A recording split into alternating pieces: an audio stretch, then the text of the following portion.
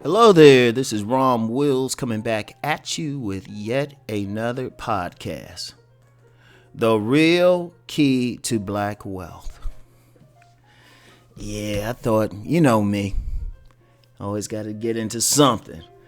And, it's a big deal to talk about black wealth. It really is. I mean, it's a major issue. Because though there are many of us who are doing well, financially, doing kicking ass, even tiny percentage of us in the 1%.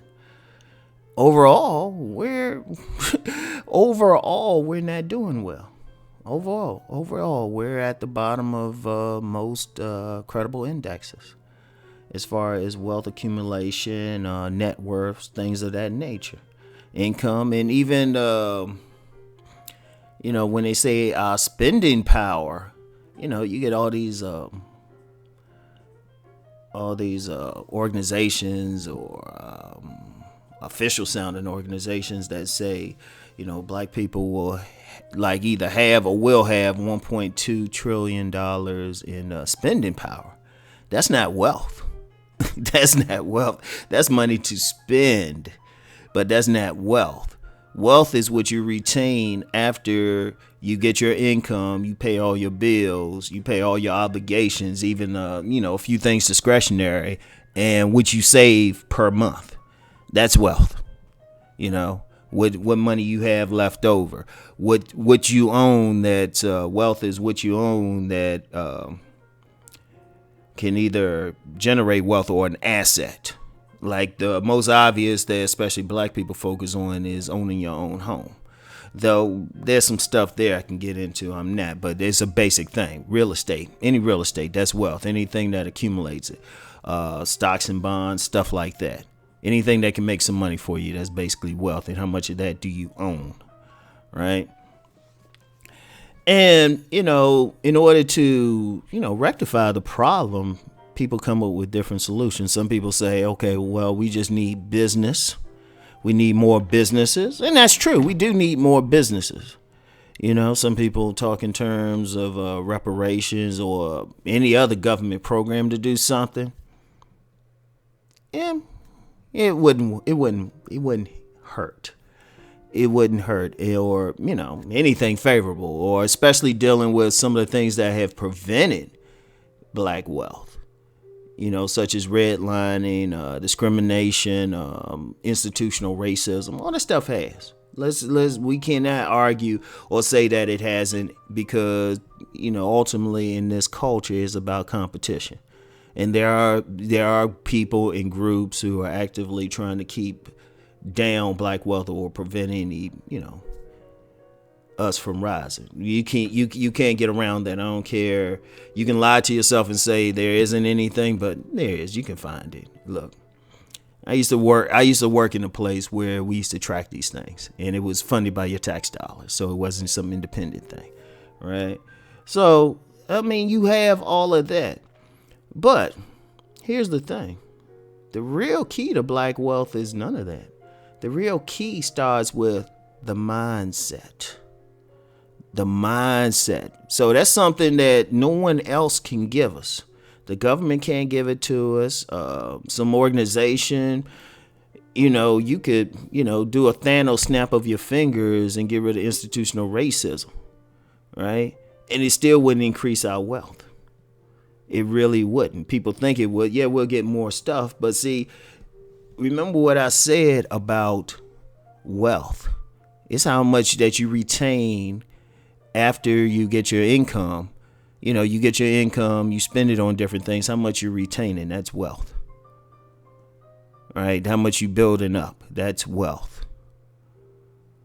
And one of the real keys, we have to, as a group, we have to have the mindset of building up that wealth before we get there. Because if you really look at it, right, most people don't. Because there's really three mindsets when it comes to wealth, right? There's the poverty mindset, right? Now, the poverty mindset, that's not even It's more of a mindset of as soon as you get that money, you spend it on bills. And, sometimes people can't help it. They got to spend. They got to spend on their rent. They got to spend, on food, of course, just the basic necessities. And that's really why they stay poor. They don't get to retain much of their wealth. But in all fairness, they don't have a lot to begin with, right? They don't have a lot of wealth to begin with, right? And then there's the middle class mentality, right? What the middle class mentality is keeping up with the Joneses, looking like you wealthy. Like I've seen some memes that said it in, they were very accurate. Like you'll get someone who's rich, who's actually worth several $1 million, or even a few who are $1 billion, and they won't buy any fly clothes or anything like that. They'll drive an ordinary car, and you won't see, like when you see them, they just look like ordinary people. Like I remember I saw a picture of Bill Gates and Warren Buffett. These are two certified billionaires, but if you look at them, they didn't have any fancy clothes. They didn't have like any Gucci belts, or, they weren't wearing Armani suits. They look like just, quite frankly, a couple guys that might be like working in the men's department at a department store or something. If you really look at them, they look like ordinary cats, right? But then you get some people who have that middle class mentality. They gotta look fly. They'll get that big car. They'll get that real expensive car. They'll be the ones buying all the polo and everything. Got to get those $300 shoes or get those Jordans or something like that. And then another thing other than car, they might get a boat. They'll get something to look like they're rich, right? So yes, they have the money to pay their basic bills, but they'll put their money in other stuff that depreciates. Big as is cars. They'll put their stuff in a car will depreciate as soon as it comes off the lot, right? So that's that mentality. That's why they don't get rich. A lot of them don't put it away. And then when something hits, that's why they're dropping out of the middle class. But then there's a mindset of the rich. What the rich do, how they get rich, if they build it from scratch, what the rich do is they will put their money into income producing assets. So they'll put their money, they'll get the real estate, they'll get the investment property, charge rent on something on it, right? They'll buy the parking lot or some, get a parking lot out there and make some money off of the laundromat. They'll start a business, right? Or something like that can create wealth, income producing assets. But that mindset starts with savings. And so that's what they'll do. And then all of a sudden those assets will get to the point where they can live off the assets.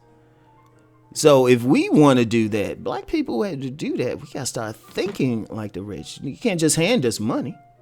I'll give you an example why that's not going to do anything, because we have a situation now, as one of my very loyal supporters pointed out. And he said, yeah, Brother Rom, with his deep voice self. He said, oh, Brother Rom, we have a wealth transfer in the black community all the time.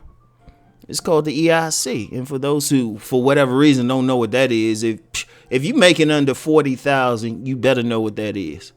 But for those people who might be dense, the earned income credit that you get on your tax form, that you get especially if you have kids. And you see that every February, March, April, maybe into May, depending on when you file usually February and March, because if people know they're getting money back on the EIC, they filing that tax thing early. In fact, you got many tax places, they'll say, hey, we'll give you a loan against your refund, which is a scam. You don't need to go through. If you getting a lot on your EIC, your taxes aren't that complicated. Trust me. So you can do that yourself. But you get that constant wealth transfer. I mean, you get somebody, depending on how many kids they have, you can get up to $6,000 something. Right? So that's really free money. You getting free money. And you get to some people on the EIC, and just to be clear, this ain't just black people getting it, but whites, whoever making a little bit less. And what happens? what happens? You have somebody giving you free money, that money disappears. In fact, companies and stores and stuff, especially who live in neighborhoods where they know most of the people going to get a very good EIC, going to get some cash back, what they do? They go on sale. Everything go on sale. In fact, I knew this white guy. He's pretty cool because he had like this one of those buy here, pay here type of places for cars where they don't check your credit or anything. That dude, February and March, that dude pretty much made the money he needed to make for the rest of the year. But then people would buy the cars, and see, here's where that mindset come in. People would get the cars and stuff, but then they couldn't pay for it like about, I say, people would get the cars in about February or March, and then about September, he got to chase people down, or he got to like turn on that cutoff switch in their cars because they haven't paid. So it's just like, but the key with that is it's the mindset. They're getting the money, but they don't have the mindset to save it. Or they catching up bills, something. I mean, you understand if they're catching up bills, but a lot of times what they do, they go out and buy something they probably didn't need. The big screen TV places probably do brisk business. The cheap furniture places do brisk business.